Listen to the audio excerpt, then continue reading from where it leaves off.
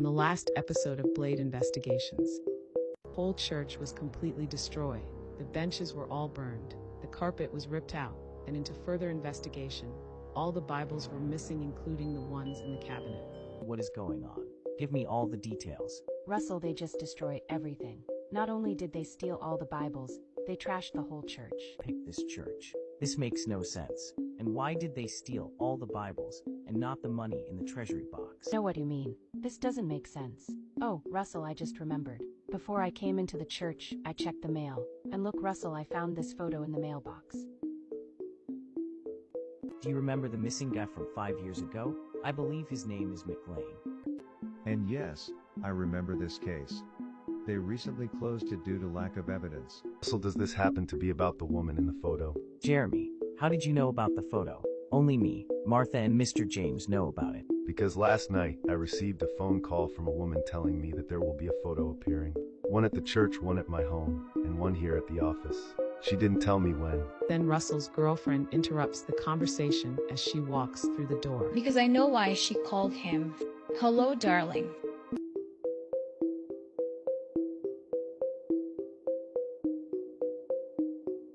Janice, what are you doing here? I thought you were out of town helping your mom fix her house up to put on the market. We finished early. She didn't need me to stay. She has everything under control.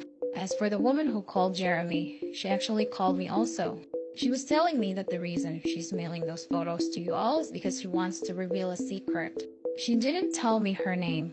She hung up before I could ask who she was, why she was calling me, and what secret she meant. Well, that's odd. Why did she even call you? You don't work for us. Thank you for telling me about the phone call. If you don't mind, honey, can you leave me and Jeremy alone? We have business to discuss. I will call you later. After Janice left Russell's office, the two men got down to business. Russell, that's odd that this woman called Janice. Why even tell Janice about a secret and then just hang up? This case is getting stranger by the minute. This woman, whoever she is keeping us in the dark. I have this feeling we haven't heard the last of her. I am going to have a talk with Janice about this phone call. I will need her phone and see the number this woman called from. It might say restricted, but that is where you come in, Jeremy. You have the experience to find out this phone number.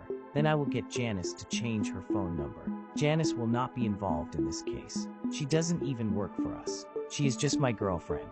I have to protect her. Whenever you get Janice's phone, let me know. The sooner I get it, the faster I can trace this phone number. The faster we get to the bottom of this case, the more we will know who destroyed the church and why all the Bibles were stolen. Russell was ready to talk with Janice, but first he had to get to his mother's restaurant and close it for her. She wasn't feeling well and asked Russell for help.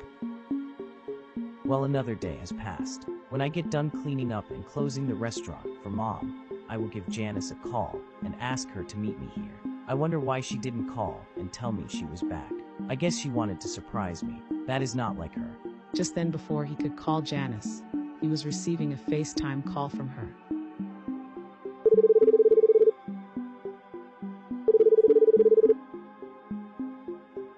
Hello, honey. I thought since I have some free time, I would call you. I hope this isn't a bad time. You sound busy. Hello, Janice. No, I am not busy. I am at Mom's restaurant. I just got off work. So what are you doing? I am taking a break. My mom got a phone call and had to go. She didn't tell me where she was going. We just finished cleaning the whole house. Next, we will start painting the living room. I can't wait until we finish and I can get back home. I miss you so much. Wait a minute. You are at your mom's house. I thought you just got back here. Are you sure you're not playing a prank on me? What are you talking about, Russell? I have been at my mom's house this whole time. I never returned home. Let me prove it to you. A few minutes later. See, I am sitting in my mom's backyard. I am confused here. What is going on? I am confused too. This is going to sound strange, but a woman who looks and sounded like you showed up at my office this afternoon. I was surprised to see who I thought was you show up without even calling me.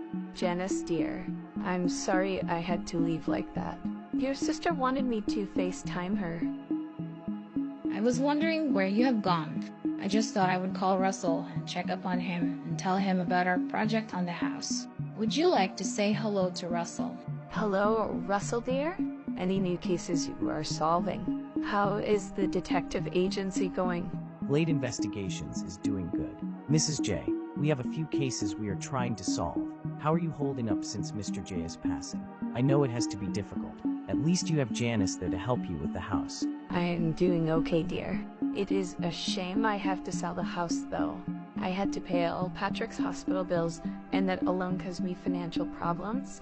I guess it is time to move on with my life and move into a smaller house. He would have wanted me to live my life and be happy. I'm sorry to cut this conversation short, but we have to get going painting the living room. Russell, we can talk later. Janice, dear, I'm not trying to rush you, but we really need to start painting. Okay, Mom, I won't be long. Mom is being so strong. I don't know how she does it. Well, I better get back to painting. Let me know what you find out about this mysterious woman pretending to be me. She must be an actress or something for you to think she was me.